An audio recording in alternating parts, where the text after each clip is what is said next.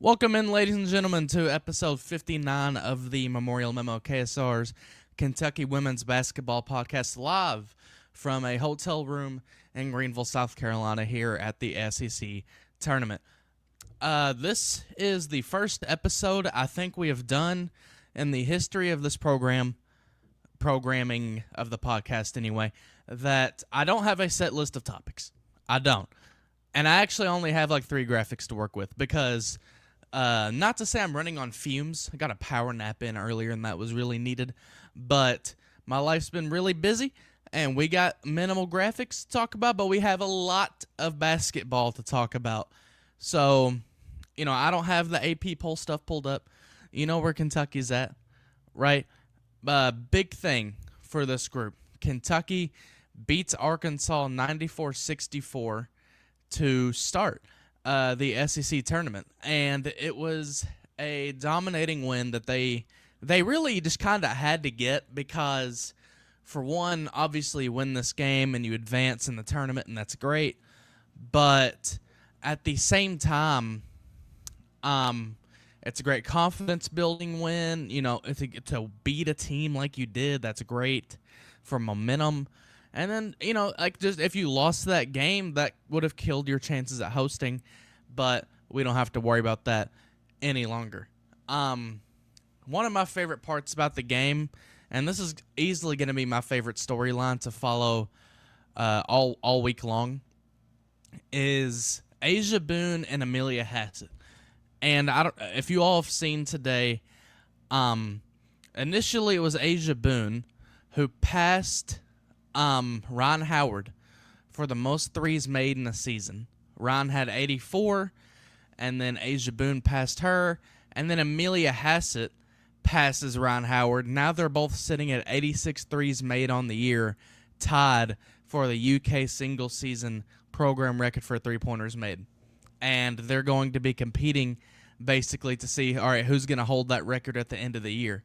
Unfortunately for Amelia, she doesn't have the chance to come back next year and do the same thing against Asia. So maybe Asia Boone just kind of ends up dominating. Maybe Asia Boone rips for like 100 threes next year or something like that. But regardless, we have two kids who are tied for the program record. I asked them about it following the game. And by the way, it was really cool because in this SEC tournament setting, obviously we don't normally get to do this, where I got to go in the locker room after the game and talk to the players, so that was cool. I was talking to Asia Boone and Amelia Hassett, and they were talking about, yeah, it's fun. We didn't even know this was happening. We didn't realize that we were this close to the record, and we didn't know that we broke it until after the game. And I got to give both kids credit, and it's the culture with this team, man. They are so selfless, and... I wrote a story and posted it right after the game. It's on KSR. Go read it. But both of them were like, well, I'm just happy for the other one. They make my job so much easier. I'm so happy for Asia Boone. I'm so happy for Amelia Hassett. And I thought that was great. Really fun stuff. But the main gist with the game, you look at what those two did as far as winning the game for Kentucky. Obviously, Kentucky won by 30. But those two, I felt like made a really big difference in the game, and obviously that was apparent, right? Kentucky shot 10 of 30 from beyond the arc, 33%. But when you go look at Boone and Hassett specifically, Amelia had 18 points, shot 6 of 11 from deep. This game, had 5 rebounds, 2 blocks, and then Asia Boone had 10 points, shot 3 of 6 from beyond the arc, had 4 assists and 2 steals. And you can just see, I think Kentucky, maybe it's the key to a win every game, is if those two are hitting shots and those two are playing to their ability, then Kentucky's going to be a really hard team to beat, and they might score 100 on you, right? If they aren't hitting shots, I don't know. Got David in the chat saying, I believe in you girls 100%, and I don't know how you can't right now, right? Obviously, it's Arkansas. They're 16 seed in this tournament. They almost went winless in the SEC before they beat Auburn to end their regular season. And that's not a great team, but you did what you're supposed to do against these not-so-great teams and dominated. And, when you watch, I think really ever since Tiani Key has come back, again, with Tiani Key healthy, your losses are to Maryland on a neutral court in November, and that's a top 15 Maryland team, right? And then you lose to Vandy twice by a combined 3 points. And that's not, this isn't the Vandy of old. Like, this isn't the Vandy that we know of across athletics as like this ha-ha-ha laughing stock. Like, Vandy's good. Like, they're top 5, have a shot at being a 1 seed, depending on probably how they do this week. You lost to Texas, and that was, I think, a 1-point game with 5 minutes to go on the road. Texas did not lose at home this year. I'm pretty certain about that. And then, what am I missing? South Carolina, right? And we all saw how close that game was. So to see how Kentucky has played really since ever since Tiani Key's come back, and really I also think since Amelia Hassett has started to just go off, right? I mean, I genuinely think over the last couple weeks of this season, Amelia Hassett has been Kentucky's best player. And I think the big difference between saying that now and saying that maybe this time last year was if you said that this time last year, that means, oh, God, like Clara Strack's doing awful, Tiani Key's doing awful.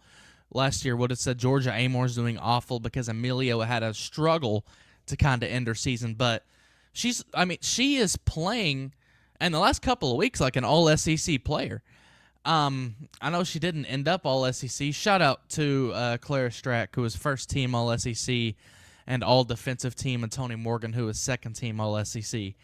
But, like Amelia Hassett has, you could tell she's wanted to end her Kentucky career on a high note. And, again, 18 points in a game today, 6 of 11 from beyond the arc. Like, that is what you want from her. And, honestly, I think it's more than you're normally wanting from her. Brandon in the chat's got 2 points. He says, our future looks bright. Kenny Brooks is a special coach, and I firmly agree. Kenny has done a great job in these first 2 years, and it is good to see Kentucky winning in the conference tournament again. And he also says, I could see us be a consistent top 10 team in the next few years. Us winning now will help recruiting tremendously. And that's the other thing, right?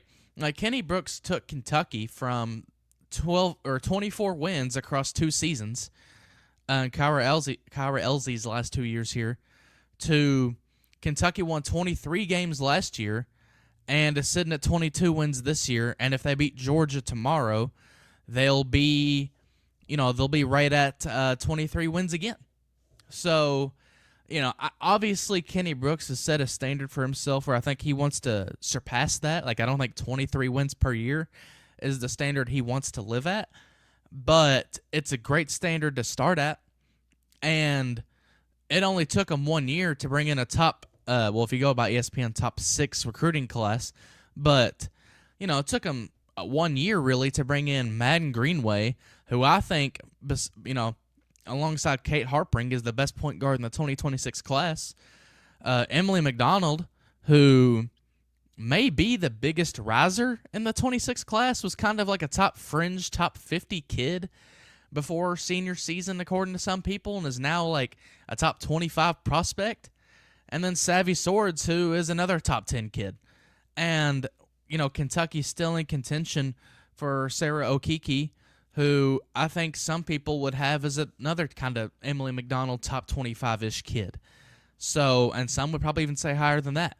But the way Kentucky is winning with Kenny Brooks is definitely helping in recruiting. Obviously, we see that already. But, we've talked about Kentucky knocking on the door, right? And I think Kenny said that expression himself of, okay, kids are picking up the phone that didn't used to pick up the phone on the recruiting trail. Well, now it's about getting them to commit, and he's done that a little bit already. But, it feels so weird to be, like, nitpicky, if that's the word, but just in the way we're talking about being a top 10 team, he's yet to get a top, 5 kid, like he's yet to land, like, the top kid in the class or something, right?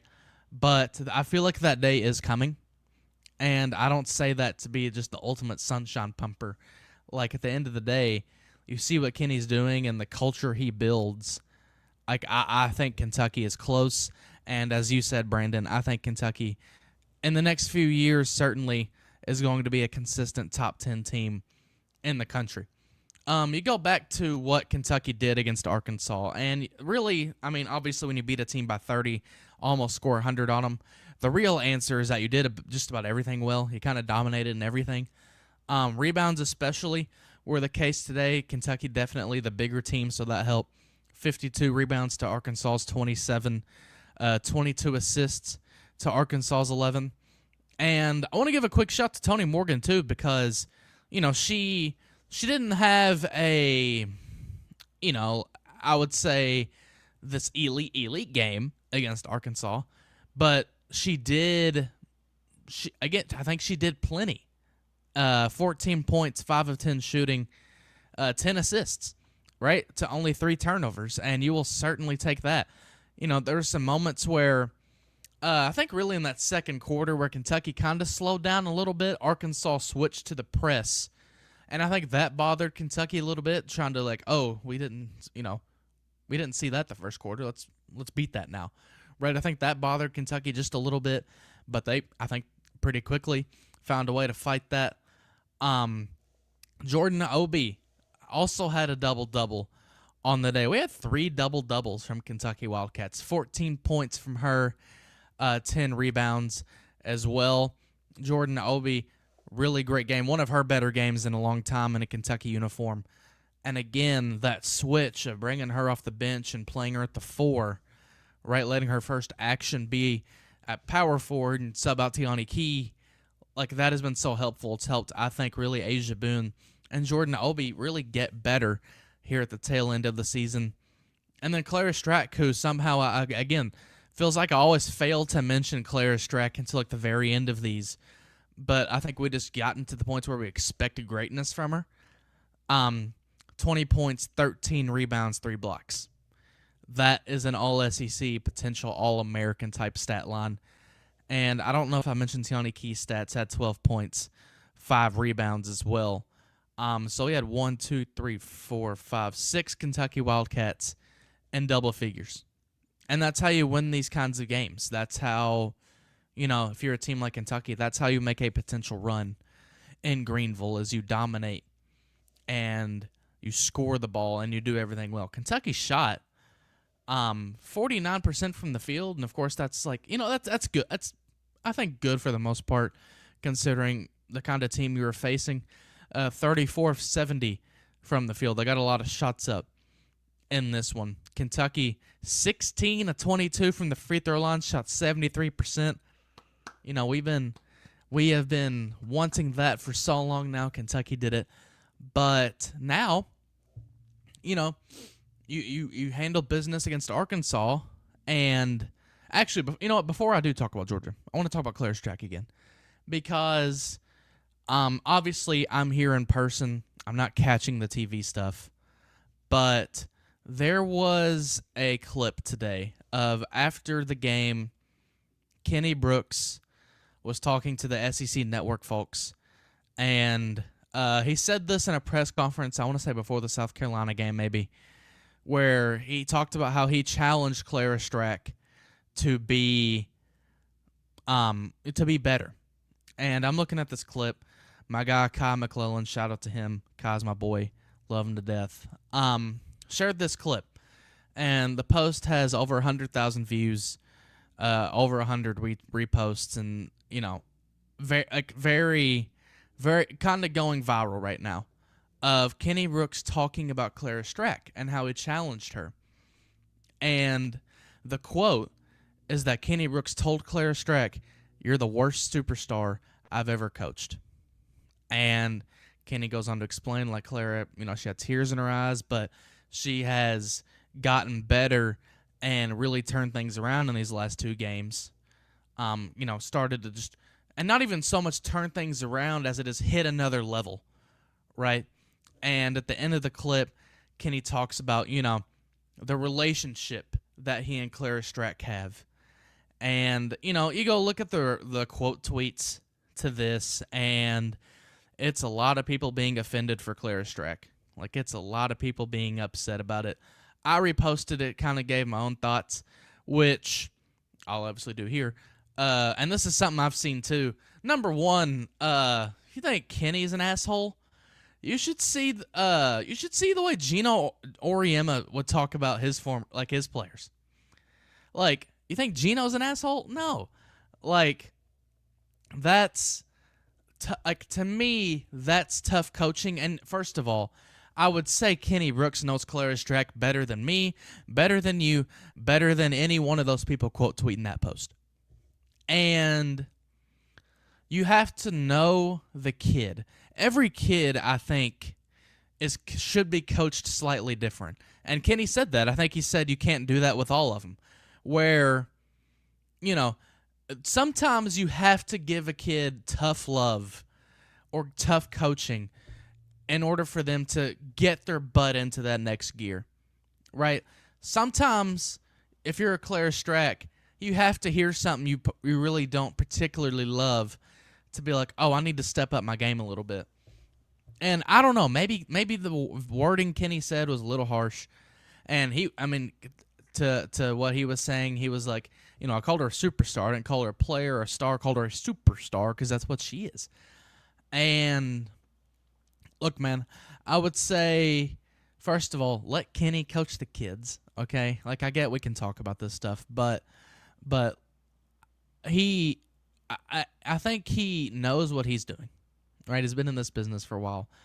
And I see it on social media all the time. People just love to pick on Kenny. Really, ever since he left Virginia Tech, honestly, people love to crap on him, and that's fine. Like, people can do their own thing, but and I'm not gonna sit here and pretend I know Kenny super well. Like, I think I know Kenny more than anyone doing those retweets, but I'm not gonna pretend I get a birthday card every year or anything like that. But Kenny Brooks, there is a culture he has. And I've spent my whole life in sports, right? There's a reason why I'm doing this, because I've spent my whole life, playing sports, being in various locker rooms at all different levels. Been very fortunate with this job to be in some collegiate locker rooms, on men's side, football, right? I will tell you, and I have no reason to be a Kenny Brooks apologist. UK doesn't pay me. They're not going to strip my credential to go to these games if I say something bad about them. But this is just my honest-to-God opinion about Kenny Brooks and the culture he has. I don't know if I've seen a better one. Because everyone that's in it, in the program, is so bought in to the family aspect, right? So bought in to what Kenny does. The kids that leave, like I even said, like, Clara Silva, losing her, that was a big loss. I said that at the time, and some people didn't love me saying that. And I still think, even right now, she could have gave you some production. But you know what? She probably wasn't a culture fit, and they probably figured that out and decided to mutually part ways, right? And I'm sure Clara Silva, is getting a bag at TCU. So, I would say, first of all, you don't know what kind of coaching Clara Strack wants. I know when I played, I wanted to be tough. I wanted tough coaching because I wanted my coach to believe in me and push me to reach my potential. And someone talked about this in the replies in my post. Whenever they were talking about whenever they played, whenever they were younger, obviously. Like, if your coach stops being tough on you and stops pushing you, that's a bad sign. That's worse than Kenny saying you're the worst superstar he's ever coached. Because that means he's kind of given up on you, right? And I also want to say, under my post, under my repost of that, I believe it's Clara Strack's grandfather. If someone's listening and they can correct me on that, that'd be wonderful. Ron Strack, I believe it's her grandfather, commented under my post, and he wrote, "Clara is tough and totally dedicated to the team, and especially her teammates. Won't see another like her for a long time." So it's coming from her family, literally online for us all to see. I don't think there's anything wrong about Claire Strack. And other fan bases are doing a lot to stir the pot with her, to stir this narrative that, oh, she needs to transfer. You know why? You know why they're doing that? Because they want her to transfer to their school. They want Clara Strack. And so people are going to spin these narratives that Kenny's an asshole and that Clara Strack needs to leave because Kenny's the worst and he's evil and has devil horns. These kids are bought into his culture. And so I say we let him coach and do his damn job while we all sit and watch. Okay? I think it's fair for us to talk about things and critique, but the people being offended for Clara Strack, like, grow up. Come on. Stop being so damn soft. Now, this Georgia game, before I keep going into a spiral about that. Kentucky lost to Georgia 72-67 earlier this season. It was the last game before Tiani Key came back against Arkansas, funnily enough, on February 1st. I think if Kentucky plays Georgia now, like, I'm going to predict Kentucky to win tomorrow. I'll do it the score prediction and all that. But there's the spoiler. I think Kentucky wins. I'll do the score and MVP later in the episode. But, you know, if Tiani Key plays in that game against Georgia before, Kentucky probably wins that game. And, you know, they had a real shot to win it even before. Now, the number one thing for Kentucky tomorrow is you kind of have to do what you did today, which is you cannot get off to a slow start. Like, you have to do what you did today, get off to a fast start. Right? Kentucky led, I think it was 29-10 after the end of the first quarter today. I'm not saying you have to lead Georgia 29-10, but you can't do what you did when you first met and be down 21-12 at the end of the first quarter. Right? You can't afford for that to happen because then it's a really steep uphill climb against a top 25 team in the country. So, you know, when I look at what Georgia did against Kentucky, number one, Danny Carnegie, which we all know she's a great player, was a teammate of Tony Morgan's at Georgia Tech. She had 19 points in that game, 8 assists. Probably need to limit her a little bit more, but she is going to get hers. Kind of like Michaela Blake's, but just, you know, we're talking about Michaela Blake's up here, Danny Carnegie, no disrespect to Danny Carnegie, like down here, right, in a way that she's going to get hers, but you have to make sure she doesn't have a Michaela Blake's type game, if that makes sense. Riley Thurkoff had 19 points as well, 5 rebounds. You know, Georgia as a team had 40 rebounds. Kentucky had 34. With Tiani Key, that should be something they fix, right?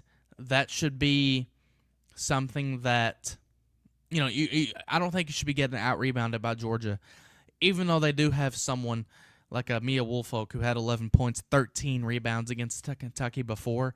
I don't think Kentucky, you know, I know she's going to get some rebounds. I don't think you can really afford to sit there and get out-rebounded by her. Trinity Turner had 14 points.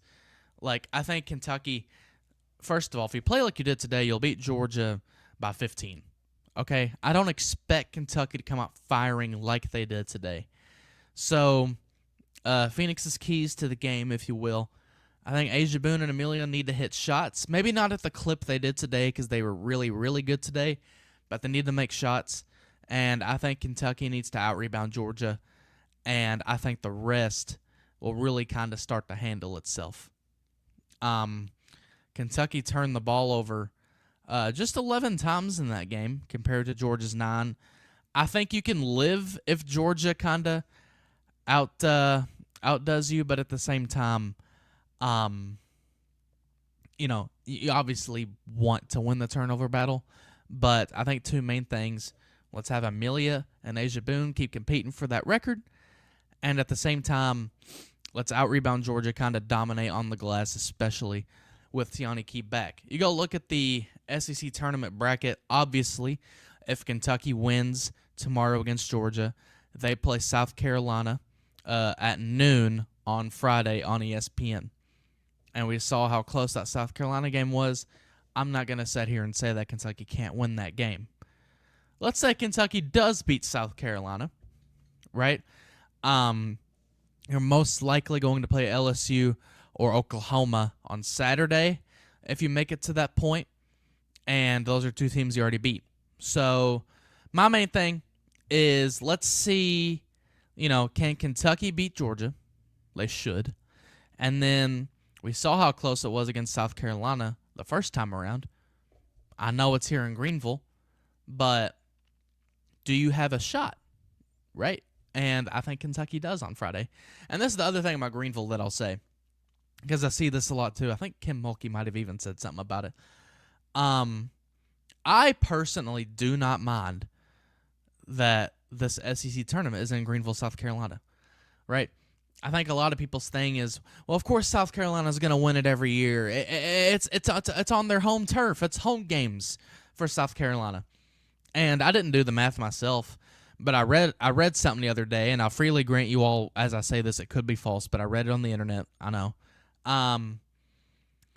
I think Greenville, South Carolina is actually closer to Athens, Georgia than it is Columbia, South Carolina. So if you're going to do the home court advantage thing, wouldn't you really say Georgia has the advantage? And by the way, the men's tournament is played in Nashville every year, but someone correct me if I'm wrong, we don't really talk about Vandy having this really unfair advantage, and the only difference is that Vandy traditionally in men's basketball is not great like South Carolina has been in women's hoops, right? So just as an unbiased, if I'm going to be biased, I say, well, play all the games in Memorial and only Kentucky fans are allowed in the gym, right?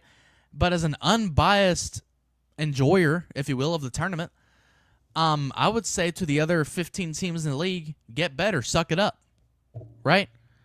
And again, there's no reason why we should be crying about home court advantage. Tell your fans to travel, right?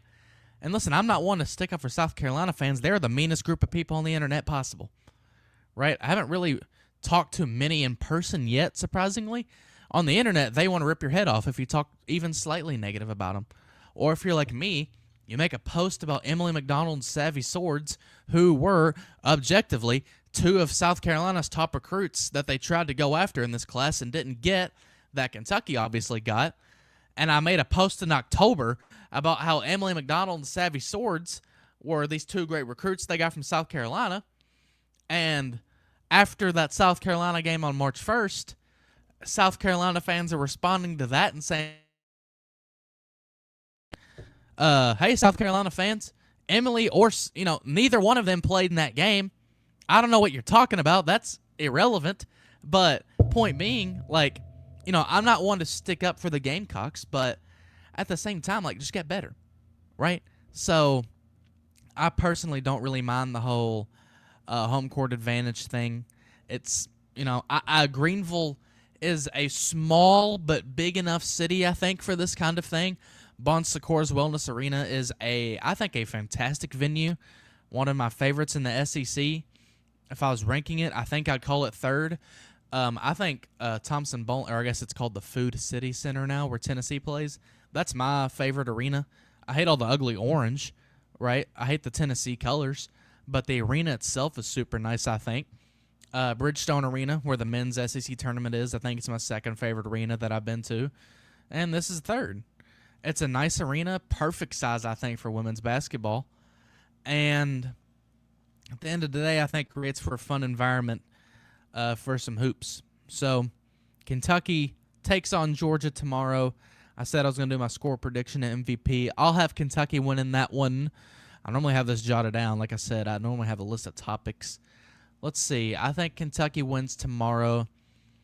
Let's call it 75-62. I think Kentucky wins tomorrow by double digits. And my MVP for tomorrow, I'm going to go with Clara Strack. I know, going out on a limb there. I know, guys. But fun game today between Kentucky and Arkansas. Got a dominant 30-point win that you needed.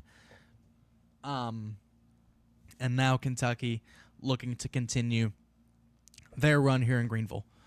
So before we get out of here, because I totally forgot about it, like I said, normally have a list of topics here. I want to give a quick shout to our friends over at Rollback.